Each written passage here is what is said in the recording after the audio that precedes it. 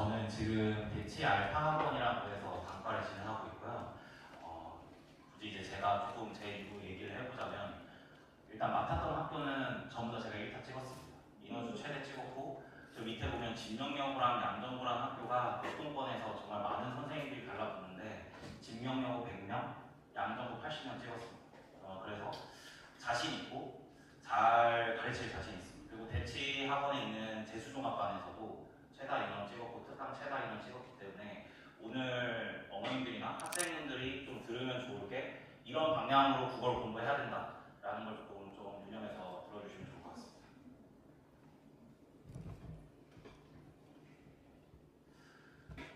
수능 국어가 2020년도부터 조금 더 점점 중요해지고 있어요. 왜냐하면 난도가 많이 올라가고 있고 어려워지고 있는데 표점을 보시면 표점이 많이 세요. 이 정도면은 사실 다른 과목에 비해 한두 과목을 더 맞히는 게 사실 국어에서 한두 문제를 더 맞히는 게 표점으로 확보할 때 국어가 굉장히 좋습니다. 수학하고의 차이가 그렇게 크지가 않아요. 그래서 1교시에 애들이 국어를 망해버리면 사실상 원하는 대학교 자체의 문제가 아니라 정시를 넣는 것 자체가 의미가 없어요. 제가 생각하는 게 특히 재종반 애들한테 꼭 말하는 게 4등급은 그냥 재수를 하는 등급이고 3등급은 다른 걸 정말 다 1등급 받았다면 좀 비교할 만한 등급이고 최소 우리는 1, 2등급 안에서 놀아줘야 돼요. 근데 처음부터 그렇게 하기가 좀 어려우니까 길게 보면서 가기는 하지만 난이도 자체가 굉장히 어렵고 작년 수능과 올해 6평을 평가를 해보자면 난도 자체가 지금 이 상태로 그대로 고정될 가능성이 굉장히 높아요. 제가 이제 중간중간에 평가원 관련된 사람들하고 얘기해보고 해보면 독서보다 문학이 조금 더 어려워지면서 학생들이 아예 푸는 방향성을 못 잡고 있어요. 그냥 단순하게 EBS 수능 특강 연계만 열심히 하면 된다라고 생각을 하는데 그렇게 해서 점수 나오는 친구를 아직까지 제가 보지 못했습니다. 저도 물론 EBS 연계 수업을 하기는 하지만 가장 중요한 거는 기출 수업이 가장 중요하고 학생들이 그걸 어떻게 분석하느냐 그렇게 생각해보는 이게 가장 중요한 포인트가 될 것 같습니다.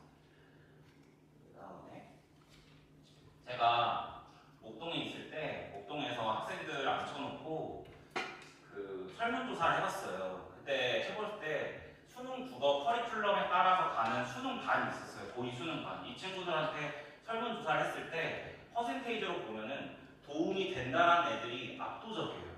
근데 여기에 도움되지 않는다는 애들 있잖아요. 얘네들은 그냥 1등급이에요. 그냥 1등도 아니고 99%예요. 100분위가. 그냥 100점에서 떨어지지 않는 애들. 그러니까 자기네들이 하는 생각하고 어차피 강사 선생님이 하는 생각이 똑같으니까 자기네는 도움을 받지 못하고 사실 이게 거짓말이에요. 도움을 받지 못하는 게 아니라 자료를 다 가져가고 싶어서 자료로 가지러 오는 애들이에요. 그래서 대치동도 보면은 시험이 막판에 가면 국어는 뭘 하냐면 애들이 자료를 가져가고 싶어요. 자기가 혼자 공부하고. 그러니까 강의의 좀 중요도가 조금 더 떨어지는 시기가 9평 끝나고 있는 것 같아요. 그 전까지 1월부터 9월까지 굉장히 중요하게 보고 그다음 파이널 들어가면서부터 애들이 되게 자료 위주로 보려고 해요. 근데 여기서 조심해야 되는 게 1등급 애들은 자료를 가져가도 돼요. 자기가 소화할 수 있으니까. 근데 2등급부터, 전 2등급도 안 된다고 생각하는데 2등급부터는 안 돼요. 선별 자체가 안 돼요. 다 못해요. 그러니까 자료만 이만큼 쌓아놓은 거예요. 쌓아놓고 뭐 하냐면 풀지도 않아요. 그럼 종이를 버리는 거겠죠? 그러니까 학부모님 입장에서는 미쳐버리는 거예요. 얘는 풀지도 않고 이거 왜 쌓아놓지? 이렇게 하면 되는 거예요. 그러니까 학생은 이거 필요하다고 하고 1등급 애들 말고는 제가 봤을 때 지금 대치동의 시중에 있는 국어 자료를 소화할 수 있는 애는 아예 제로예요.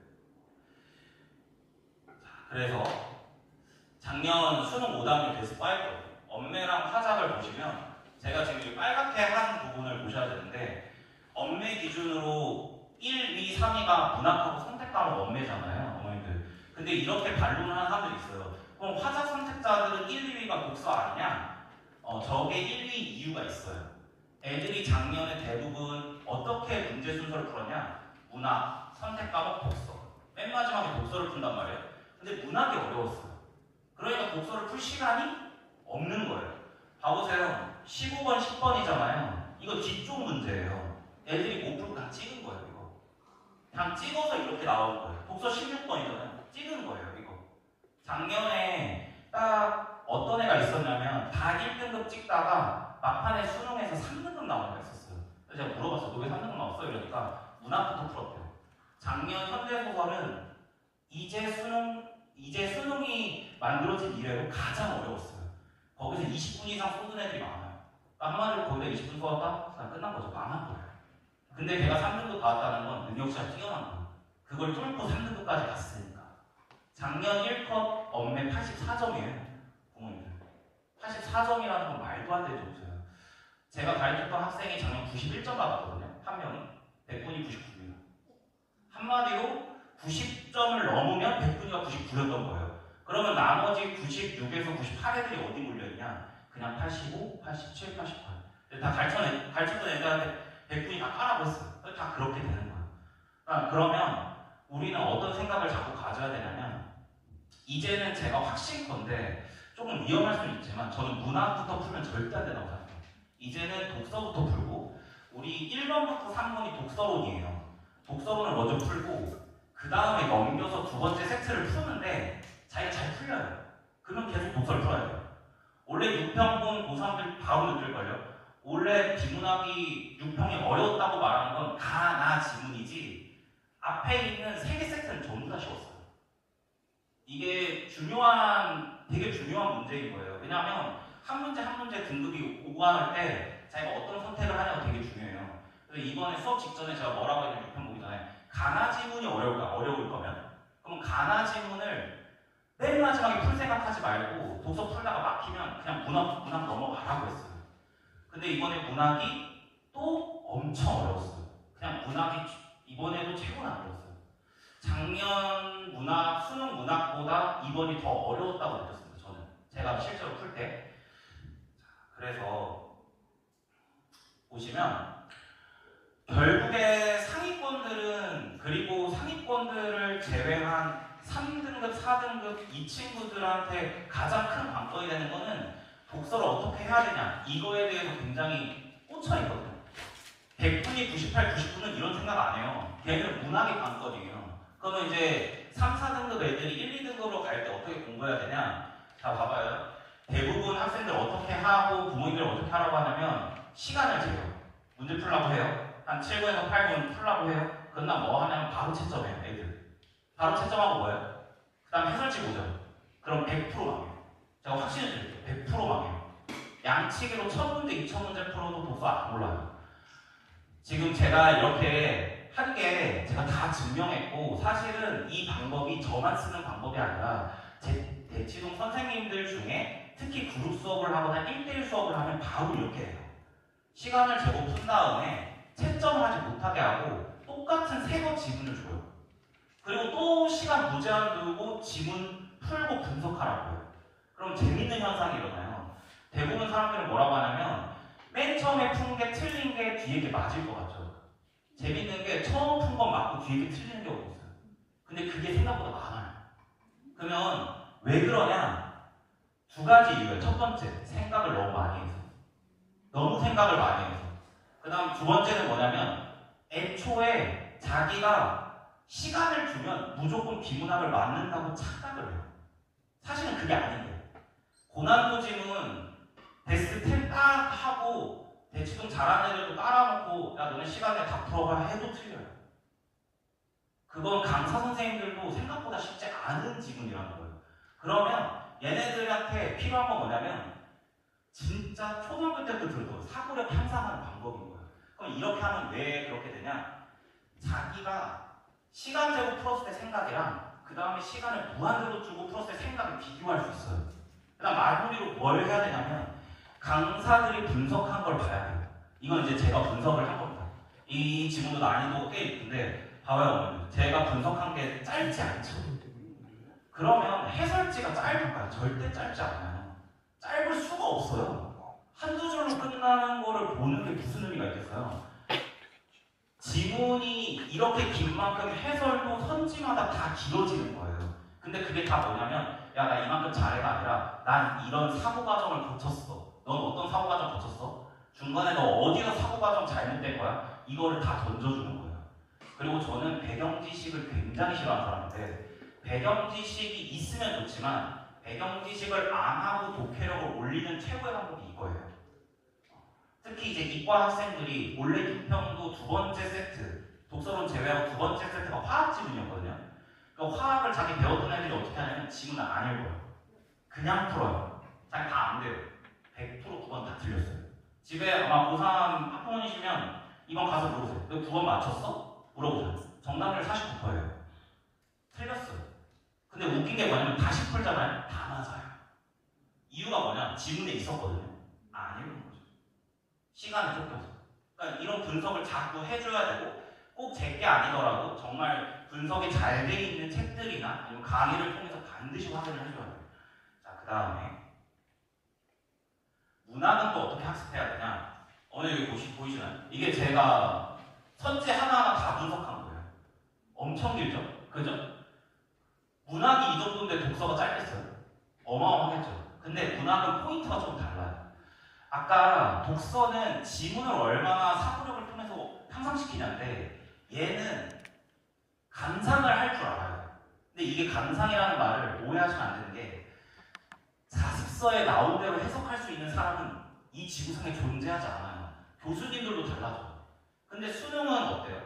아주 몇만 명이 보는 시험이잖아요. 그럼 객관적이어야 돼요. 그렇기 때문에 작품 해석을 묻는 게 아니라 선지를 물어봐요. 선지에서 지네가 해석을 해줘요. 그러면 우리는 뭘 공부해야 되냐면 선지 분석이 필요한 거예요. 그러니까 제가 선지 분석을 이렇게 길게 하는 거예요. 너 선지에서 이런 거 생각해봤어? 그 다음에 작품 가서 이거 해봤어? 이렇게 공부하는 거예요. 그래서 어머님들 하나 학생한테 꼭 해주고 싶은 말이 딱 이게 하나 있는데 제가 이거 좀 위험한 말이지만 제가 싫어하는 국어 수업 스타일이 있어요. 어떤 스타일이냐면 작품 이렇게 띄워놓고 선생님이 하나하나 밑줄 치면서 다 밑에 써줘요. 내신식으로. 그렇게 수업을 하는 건 자유지만 학생은 100% 점수가 안 나와요. 특히 지금 트렌드라면 절대 안 나와요. 100%입니다.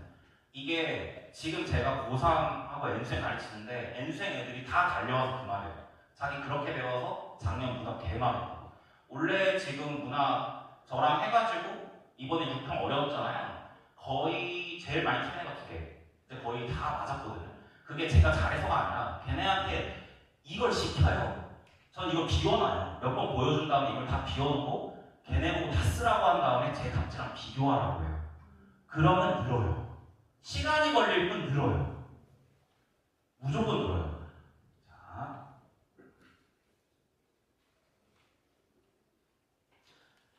그리고 꼭 어머님들이 아셔야 되는 거. 오늘 어차피 이렇게 말해봤자 우리 학생단에 가서 말하면 학생들이 이제 잘 안 듣겠지만 그리고 꼭 애들한테 꼭 해줘야 되는 말은 선택 과목의 난이도가 미친 듯이 올라갔어요.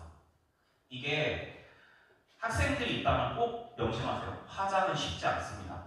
화작이 작년부터 난이도가 미쳐버렸어요. 화작을 선택하는 이유가 뭐였죠? 잘 생각해보세요. 시간을 줄이기 위함이었죠. 절대 시간 못 줄여요. 제가 확신을 드릴게요. 못 줄여요. 대부분 애들이 화작을 풀 때 몇 분을 잡고 푸냐면 자기가 8분, 9분에 끊겠다. 그래서 독서나 문학에 시간을 많이 쓰겠다 하는데 화작 절대 못해요.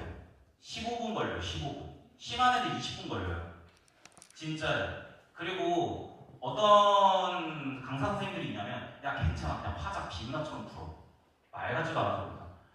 제가 왜 그러냐면 일단 엄매부터 얘기하면 엄매도 난도가 작년에 엄청 올라가면서 원래 6평도 만만치 않았는데 지금 이 문제가 이제 난도가 높았던 문제 중에 하나예요. 근데 이 문제를 딱 봤을 때 학생들이 뭐를 딱 해야 되냐면 대부분은 보기를 급하게 읽으려고 해요. 근데 잘 공부하는 학생들은 뭐부터 볼까요? 애초에 문제의 용언의 활용 유형이라고 하면 용언에서 어감 범위가 다 그냥 바로 떠오르고 저였으면 1, 2, 3, 4, 5를 먼저 읽을 것 같아요. 그러면 이게 언어를 공부하는 이유예요. 어떤 말씀인지 아시겠죠?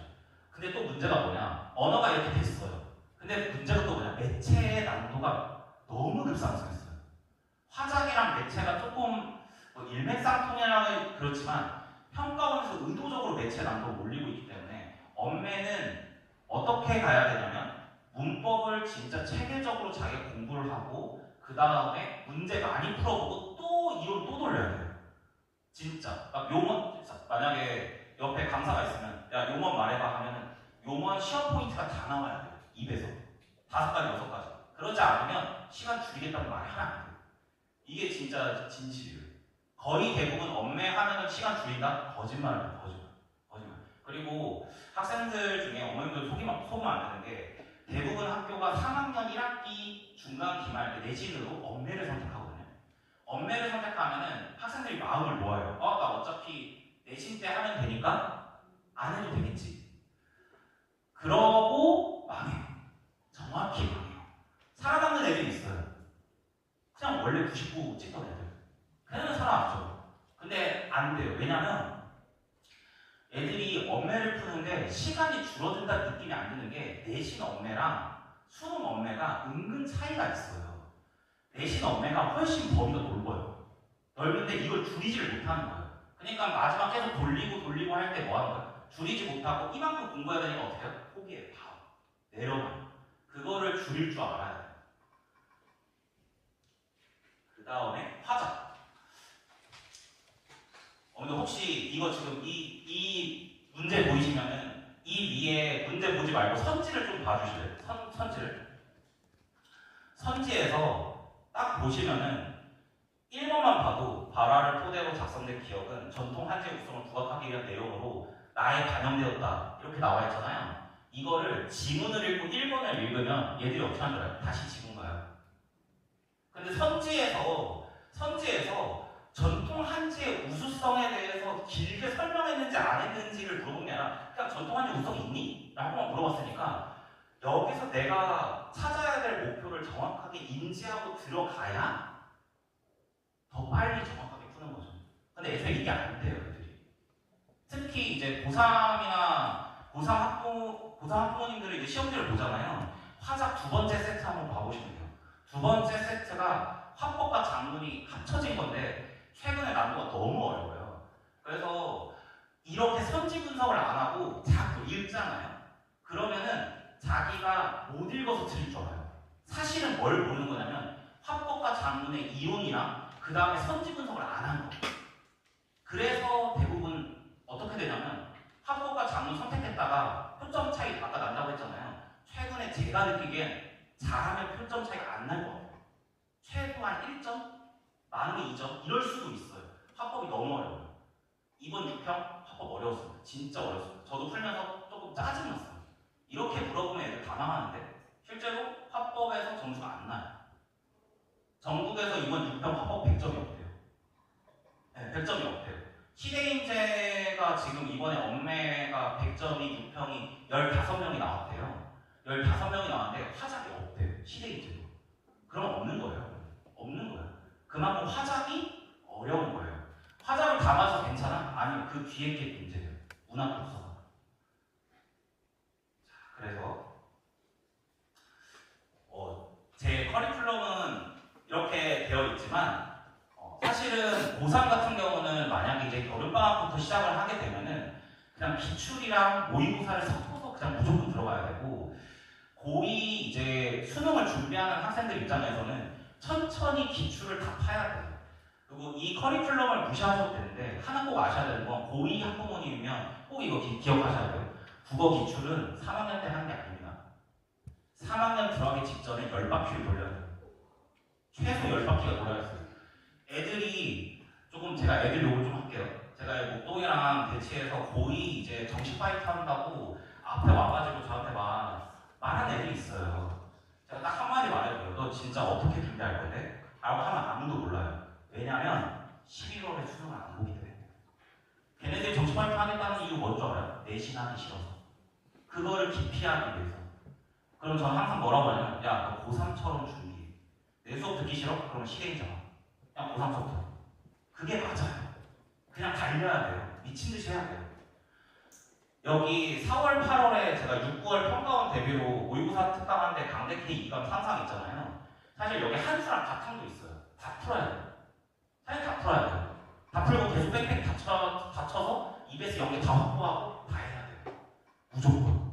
그래서 고2 선행반이라고 할지라도 기출을 최대한 많이 돌리고 그 다음에 모의고사도 많이 보고 해가지고 진짜 수능을 준비하는 자세로 해야 점수가 나오지? 안 그러면 점수가 안 나온다. 이게 핵심. 수능 더 커리큘럼인데요. 제 이제 교재, 그 다음에 모의고사고 EBS 연계 교재인데 뭐 이거는 그냥 넣어봤습니다. 그리고 제가 내신으로서도 한번 인원수를 많이 받고 그 다음에 재종에서도 제가 특강으로 인원수를 재종 학생의 80%가 제 특강을 들을 정도로 제가 자부심이 있거든요. 근데 이거에서 꼭 해드리고 싶은 말은 저는 어떻게 가르치냐면 제가 가르친 거를 100% 흡수한다고 애초에 생각을 안 해요. 그래서 클리닉을 조금 많이 힘들게 해요. 제 클리닉 시스템인데 여기 보시면 이게 지문이고 이게 문제인데 이거를 이렇게 분석이 안 돼 있으면 다 뒤로 돌려보내요. 그리고 다 사실 여기는 안 적혀 있지만 저는 올 주관식으로 했다. 객관식 안 줘요. 자기가 다 쓰게 만들어요. 그렇게 해야 생각해요. 그렇게 안 하면 생각 안 해요. 애초에. 그리고 양측이라는 거는 확신을 드린 건데 자기가 문제 푸는 틀 자체가 없이 양치기를 하면 그냥 양을 친 거예요. 정확히 3등급까지가 최대예요. 1, 2등급이 나올 확률은 거의 제로였거든요. 근데 그런데도 1등급 나오는 애들이 있거든요. 그럼 걔네들 원래 국어 베이스가 돼 있던 애들이에요. 근데 대부분의 저도 그랬지만 학생 때 대부분의 학생들은 그러지 않기 때문에 저는 이제 클리닉 시스템을 가지고 있는데 지난 수업에 했던 거 주관식 복습하고 그 다음에 사고과정 확인하는 테스트 하고 제가 모두 다 합니다. 조교 안 씁니다. 무조건 제가 합니다. 제가 다 돌리고 제가 이제까지 커왔던 방식이기 때문에 다 이렇게 하고 이렇게 해야 성적이 항상 나왔어요. 그 다음에 주간제라고 매주 과제가 있는데 주로 페이지 수를 말씀드릴게요. 주간제 페이지 수 150페이지가 항상 넘어요. 네. 그러니까 한마디로 문제 수가 어마어마한 거예요. 제가 이렇게 많이 드리는 이유는 다 해라가 아니에요, 사실은. 하지만 해야 될 것과 선택해야 될 걸 나눠줘요. 해야 될 건 무조건 해야 돼요. 그래서 제가 A, B, C, F로 나누거든요. C, F는 미통과예요. 그렇게 해야 성적이 항상 나왔어요. 그 다음에 주간제라고 매주 과제가 있는데 주로 페이지 수를 말씀드릴게요. 주간제 페이지 수 150페이지가 항상 넘어요. 네. 그러니까 한마디로 문제 수가 어마어마한 거예요. 제가 이렇게 많이 드리는 이유는 다 해라가 아니에요, 사실은. 하지만 해야 될 것과 선택해야 될 걸 나눠줘요. 해야 될 건 무조건 해야 돼요. 그래서 제가 A, B, C, F로 나누거든요. C, F는 미통과예요. C는 뭐겠어요? 몰랬지? 그 답지 보고 베끼네. 답지 보고 베끼는 티가 나요. 자기가 아니라고 해서 우기는데 다 보입니다. A, B 같은 경우에는 뭐 제 이제 주관으로 A, B 하지만 여튼 A, B는 그래도 해오는 거고. 그래서 제가 이걸 하면은 어머님한테 다 문자로 뿌려요. 클리닉 이렇게 했고 오늘 이런 내용 했다. 수업 내용도 다 보내드리고. 그래가지고 만약에 3주 동안 안 됐다. 그러면 1대1로 상담을 해요. 그리고 미래에 대해서 얘기해줘요. 아무나 미래에 대해서. 정말로 작년에 제 말을 안 듣는 학생이 딱 한 명 있었는데 그 친구한테 전 재수생한테 아주 세게 말하는 편인데 제가 그 말을 했어요. 너 진짜 잘하면 6등급 나와. 이랬어요. 걔 2등급 나거든요. 9편. 너 6등급 나와. 나 거짓말하는 거지. 진짜야. 6등급 나왔어요. 걔 어떻게 해요? 클리닉 안 받고 분석제 하는 거 하나도 안 했고 그냥 수업만 듣고 나중에 이제 수업도 안 들어. 자기 혼자 나와. 수학 빨리 해야 된다고. 제가 뭐라고 너 수학이 지금 문제가 아니고 국어에서 1등급 받으면 오히려 더 괜찮아라고 했는데 그걸 안 믿는 거예요. 그래서 바로 국어 나가서 이제 세 번 도전을 시작했어요. 그리고 이제 연락이 잘 안 돼요. 그래서 제가 하도 뭐라고 욕해가지고. 근데 그래 필요해요, 재수생한테. 물론 고3한테는 조금 이렇게 유하게 하지만 그래도 재수생한테는 확실히 하고 여튼 검사를 저한테 또 받아야 통과를 할 수 있고 미통과되는 게 통과가 돼야 이제 집에 보내주거나 아니면 어머님들한테 이제 문자 통과됐다 이렇게 보내는 시스템을 가지고 있습니다. 그래서 이제 특강이 7시부터 10시인데 아마 저 6시쯤에 도착을 할 것 같아요. 그래서 왜 3시간을 했냐면 그냥 제가 하는 정규 수업 그대로 보여주려고 한 거예요. 그래서 1시간 반 문학, 1시간 반 독서 해서 최근 어려웠던 지문, 작품 문제 갖고 와서 해설하는 시간을 가질 거고 이렇게 분석해야 된다라는 거를 보여주려고 하고 있어요. 그래서 저는 이제 이 페이지가 넘어가면 끝인데 끝나는 말씀으로 하나 말씀드리면 여기는 사실 못 넣었는데 예비 고1, 고1, 고2, 고3 이렇게 봤을 때 고2, 고3은 아까 제가 말한 대로 그냥 공부를 하면 되고 예비 고1하고 고2를 못 넣었는데 제가 말씀드리면 예비 고1은 정말 제가 정말 자신 있습니다. 제가 5명으로 시작해서 200명 신화를 만들었던 사람으로서 예비 고1을 어떻게 공부해야 되냐면 어머니들 문법 무조건 하셔야 돼요. 문법을 얘가 국어 문법 싫다고 하잖아요. 그런 거 필요 없어요. 내가 못해, 엄마 못해요 하면은 암기라도 시켜요. 무조건 돌려야 돼요. 몇 번은 5번. 고1 가서 첫 번째 국어 내신 보고 망하는 이유는 문법 때문이다. 문법 무조건 하셔야 돼요. 그럼 지금 1학년 학부모님들께서는 지금 1학년 2학기를 준비하시잖아요. 1학년 2학기에 어떤 문법이 들어가냐면 중세국어 문법이 들어가요. 중세국어 문법이 난이도가 중간이 없어요. 극상, 극하밖에 없어요. 극하를 내는 이유는 뭘까요? 애들이 진짜 다 틀릴까 봐. 근데 극상을 낸다는 건 뭐예요? 등급하를 내고. 이게 포인트예요. 그 다음에 1학년 2학기 중간고사에 문법 요소가 들어가거든요. 그 문법 요소에 피동사동 이런 게 들어가요. 시제, 상 이런 게 들어가요. 애들이 그때 다 포기해요. 그거를 중3 지금부터 시작해서 겨울까지 안 끝내면 점수가 안 나와요. 오히려 첫 번째 중간고사 괜찮아요. 의문문 들어가가지고 막 발음하면서 어찌 찍어요. 그러면 시험 볼 때 보면 혼자 발음하는 애들 많아요. 공부 안 하는 애들. 그런 애들 진짜 많아요. 맑음 막 이런 거 자기 혼자 쓰고 있어요. 다 망하는 거죠. 그 문법을 무조건 하셔야 되고 그 다음에 만약에 자기가 문법이 좀 돼서 조금 더 하고 싶다고 하면은 저는 개인적으로 추천드리는 거는 독서보다 이제는 문학이에요. 상위권들이 문학이 안정되면 독서가 알아서 따라와요. 예전에는 이게 반대였거든요. 독서가 워낙 어려웠던 시절이 있었기 때문에. 하지만 이제 조금 바뀌었어요, 시절이. 그래서 문학을 먼저 하시고 좀 고교생들이 미리 알아야 되는 1학년 공통적으로 많이 들어가는 문학 작품을 미리 하셔야 돼요. 그래서 제가 이제 강의를 열게 되면 제가 뭐 다 교재도 있고 하니까 다 할 수 있지만 일단은 어떻게든 그렇게 하셔야 된다. 그리고 고1 학부모님들은 꼭 기억하셔야 되는 게 고1 학부모님도 지금 여름방학 때 뭐 해야 되냐? 문법. 근데 만약에 문법 말고 조금 애가 더 해야겠다? 무조건 고전문학. 그냥 현대문학 아니고 고전문학. 고전문학도 너무 범위 넓다? 고전시가. 고전시가를 최소 200작품 이상 봐야 돼요. 무조건. 많지 않아요, 어머니들. 시도 3줄이에요. 이거 많지 않아요. 다 볼 수 있어요. 무조건 봐야 돼요. 왜요? 외부 작품, 고전시가입니다. 현대 작품은 외부 작품 나와도 어차피 틀려요. 고전시가 무조건 맞출 수 있어요. 고전시가 하셔야 돼요.